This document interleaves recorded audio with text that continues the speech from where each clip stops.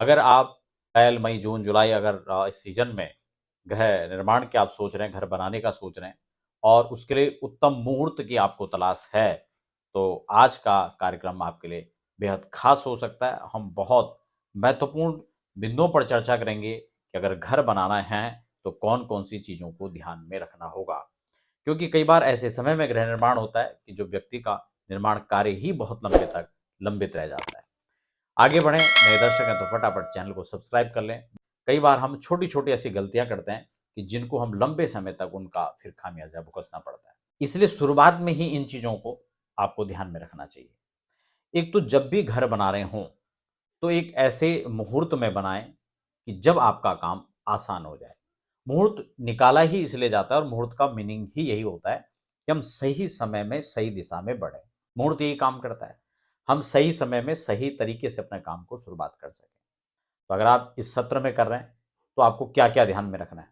सबसे पहले तो भूमि पूजन एक पर्टिकुलर दिशा में होता है, जो सूर्य राशि के परिभ्रमण के हिसाब से चलता है। कौन से महीने में, कौन से दिन में, कौन सी तिथि में, कौन से नक्षत्र, कौन से वार, ये सब महत्वपूर्ण होता है। उससे भी ज़्यादा महत्वपूर्ण ये है कि कौन से दिन किया जाए, उससे महत्वपूर्ण है कौन से समय में किया जाए। और जो भी तिथि आप देखते हैं, वो अपनी राशि से देखें। ये नहीं कि कोई भी सर्च कर लिया मुहूर्त और आपको लगा कि इस दिन अच्छा मुहूर्त बता रहे हैं, 2-4 लोगों ने बता दिया तो हमारा क्लियर हो गया, नहीं। वो मुहूर्त सार्वजनिक तौर पर होता है।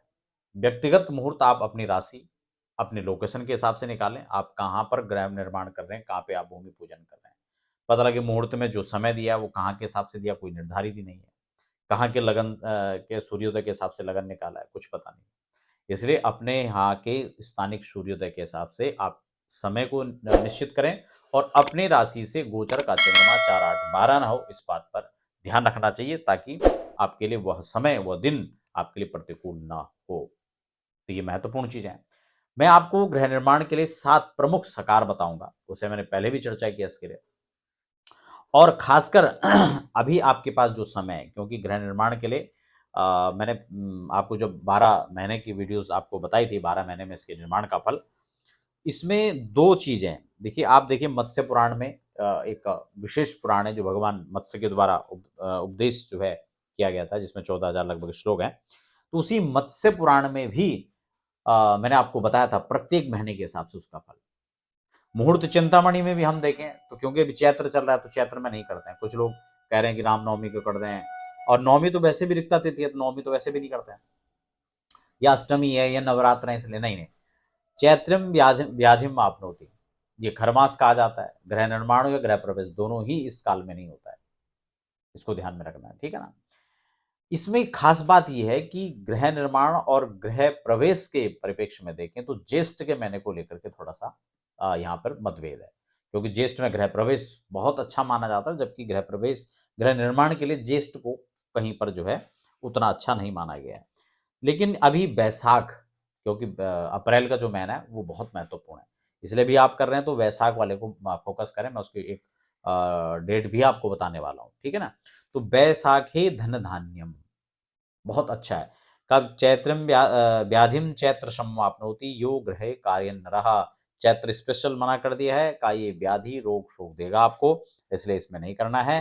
वैसाखे धन धान्यानि, अगर आप बैसाख के इस महीने में जो मैं आपको बताने वाला हूँ, इस दिनों में गृह निर्माण आप कर रहे हैं, भूमि पूजन आपने शुरुआत किया, तो यूँ मान के चलें कि ये आपके लिए बल्ले-बल्ले है ना? आपके लिए उत्तरोत्तर वृद्धि का सौदा है।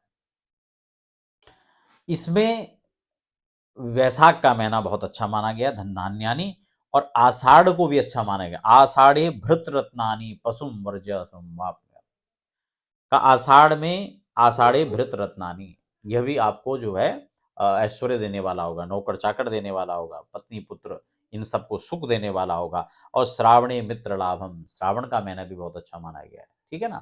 तो ये महीने इसीलिए मैं कह रहा हूँ, जो आने वाले अप्रैल है, मई है, जून है, जुलाई है, इनमें आप विचार कर रहे हैं तो कौन सा समय सही है, ठीक है ना। मैं डेट वाइज भी आपको बताने वाला हूँ। तो ये बैसाख, आषाढ़, श्रावण, ये मैंने खास इसमें जो है बहुत अच्छा माना गया है।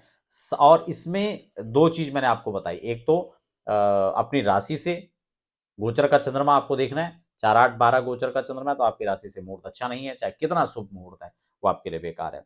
दूसरा, लगन शुद्धि, क्योंकि शास्त्रकार तो यहां तक कहते हैं कि सर्वे दोषा विनिषद्नि लग्न शुद्धिता भवेत्।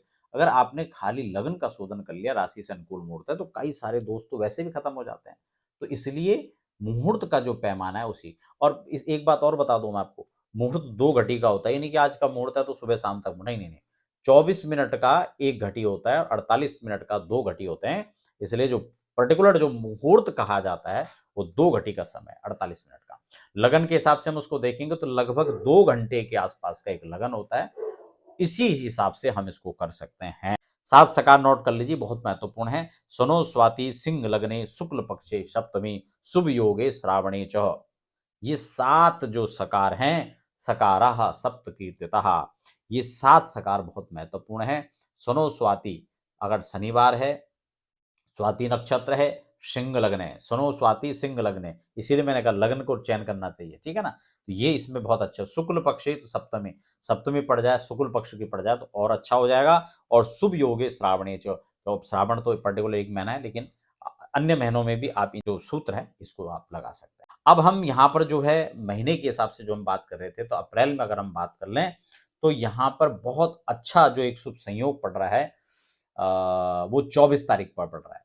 वैशाख का महीना है और शुक्ल पक्ष है और शुक्रवार है, ठीक है ना। ये भी यहाँ पर दो स का सकार पड़ गया है, शुक्ल पक्ष और शुक्रवार, सनो तो नहीं है लेकिन शुक्र है। तो सॉरी, तो 24 अप्रैल को पुष्य नक्षत्र के संयोग में आकर के ये आपके लिए बहुत अच्छा रहेगा, ठीक है ना। और दूसरा, अप्रैल के बाद जो इसमें और भी मुहूर्त होंगे, ऐसा नहीं कि सिर्फ यही मुहूर्त हैं। जो पूरे साल भर के मुहूर्त की वीडियो अलग से मैंने डेट वाइज बना रखी है, आप उसको देख सकते हैं, उसमें सारी डेट है। लेकिन जो सूत्र था, जो सिद्धांत मैंने आपको बता दिया है। और दूसरा, इसमें 8 मई का जो मुहूर्त है ना, ये जो है ये भी बहुत अच्छा संयोग इसमें पड़ रहा है। आषाढ़ में हम चले जाएं तो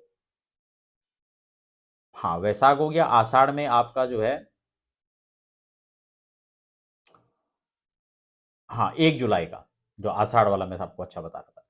और उसके बाद 4 जुलाई, 9 जुलाई, है ना, 11 जुलाई, 19 जुलाई, ये जो है जुलाई में, यानी आषाढ़ में और श्रावण में आपका 19 है, 20 है, जो खास अच्छे संयोग जो पड़ रहे हैं। अदरवाइज जो पूरी प्रत्येक डेट के हिसाब से जो मुहूर्त है वो मैंने आपको पहले बता दिया है। आप उस वीडियोस को जाकर देख सकते हैं जिसमें सारी डेट हैं। लेकिन फिलहाल जो सिद्धांत था वो मैंने आपको बताया। एक स्थिर लग्न में आपकी आवाग्रह निर्माण, भूमि पूजन आपको उत्तरोत्तर वृद्धि देने वाला होगा। आप का जो कार्य है वो रुकने वाला नहीं है, काम अच्छे से पूर्ण होगा और आप उसमें अच्छे से गृह प्रवेश भी कर पाएंगे। तो आशा करता हूँ कार्यक्रम आपके लिए अनुकूल रहा होगा। मिलते हैं फिर नए कार्यक्रम के साथ। धन्यवाद।